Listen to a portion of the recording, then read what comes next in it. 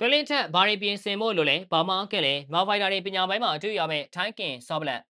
ပြည်သူ့နိုင်ငံမင်္ဂလာပါဗျာ MKC ကနေပြန်လည်ကြိုလိုက်ပါရင်ဘတ်တောင်ဆရာကြီးတွင်းလင်းချက်ကတော့မွေတိုင်းကဝေဆိုင်ရင်နဲ့အတွင်းမှာပဲ2015ခုနှစ်အတွက်ပထမအဆုံးရှုံးပွဲကိုပိုင်ဆိုင်လိုက်ရပြီဖြစ်ပါတယ်။လေးဝက်ဆက်နိုင်ထားပြီး Unstall Able လို့အော်နေတဲ့တွင်းလင်းချက်အနေနဲ့ရှက်ဒေါင်းချခံလိုက်ရတာဖြစ်ပါတယ်။တွင်းလင်းချက်ကအသက်22နှစ်အရွယ်သားရှိတဲ့လူငယ်ဖိုင်တာပါ။သူမှာဖိုင်တာကောင်း2မှာရှိတဲ့ညံရင်ညံသွေးထက်မြက်မှုအသေးဆွဲမာကုန်အကုန်ရှိပါတယ်။တွင်းလင်းချက်နဲ့ပတ်သက်လာရင်အားနည်းချက်ကြီးမားမားပြောစရာမရှိပါဘူး။ခြေခံချက်တွေစုံနေတဲ့လက်သေးပါဝါကောင်းတဲ့တွင်းလင်းချက်လိုအပ်နေရကမွေတိုင်းချင်းတစ်ခုမှာကျော်စွာဝင်းလိုတွားရောက်လေ့ကျင့်ဖို့ပဲဖြစ်ပါတယ်။ဒီလိုသာသွားလေ့ကျင့်နိုင်ရင်တွင်းလင်းချက်ကရှယ်ကြီးဖြစ်သွားမှာပါ။စံရီကိုရှုံးခဲ့တဲ့ဆိုပေမဲ့ကိုလိုရဲ့ချက်လေးတွေကိုဖြည့်ဆည်းနိုင်ဖို့အတွက်သင်ခန်းစာရသွားခဲ့တယ်လို့ပဲမှတ်ယူရမှာဖြစ်ပါတယ်။တွင်းလင်းထက်ကသွေးပိန်အများကြီးတိုးတက်လာမယ့်ဖိုင်တာမျိုးပါပဲ။အသက်40ကျော်ဝမ်ချန်ပီယံရှစ်ပထမဆုံးခပတ်3ခုရှင်စံရီကလည်းသူ့ရဲ့ဝါသဘာကိုပြသသွားခဲ့ပြီးကနဝင်ကုံပုတ်ကိုလက်ကားရခဲ့တာမဟုတ်ဘူးဆိုတာကိုသက်သေထူသွားခဲ့ပါတယ်။တွင်းလင်းထက်ကဒုတိယအခြေပြီးတဲ့အထိဆိုရင်အမှတ်နဲ့နိုင်နေပြီလို့ပြောလို့ရပါတယ်။စံရီကသူ့ကိုကြောင်ပိတ်ထိုးဖို့လုပ်နေချိန်ပတ်တောင်နဲ့ကောင်တာပေးလိုက်တဲ့တွင်းလင်းထက်အကွက်ကတိတ်ကိုလှပါတယ်။ပါချီပါချက်တခြားသောဖိုင်တာတွေမပြောနဲ့သတိကြီးကြီးထားနေတဲ့စံရီတော်မှာတွင်းလင်းထက်တထောင်ရိုက်မယ်ဆိုတာတိတိကြီးနဲ့ခံလိုက်ရတာဖြစ်ပါတယ်။ပတ်တောင်ကတော့တွင်းလင်းထက်ရဲ့အထင်ကြီးတိုက်ကွက်ဖြစ်နေပါပြီ။ဒါပေမဲ့တတိယအချိန်မှာတွင်းလင်းထက်ကခွင်ကစားရင်းကောင်တာမိသွားခဲ့ပါတယ်။တွင်းလင်းထက်ကရှေ့မှာကလေးကအောက်ခြေကန်ရင်လက်ချပြီးကက်လွတ်နေတတ်တာပါ။စံရီကဒီအချက်ကိုကြားချောင်းချောင်းသွားခဲ့ပြီးအခွင့်ကြုံလာချိန်မှာဘယ်လက်သီးပေးလိုက်တာဖြစ်ပါတယ်။တွင်းလင်းထက်အမတ်စင်ရေကန်လိုက်ရပြီးနောက်ပိုင်းမှာလည်းဖိကစားခံလိုက်ရတာကြောင့်အမတ်နဲ့ကျုံသွားခဲ့တာဖြစ်ပါတယ်။ဒါပေမဲ့ဒီအခြေကပြဿနာတော့မဟုတ်ပါဘူး။စာချုပ်ရချင်တော့ဒီလိုရင်းရမှာပါပဲ။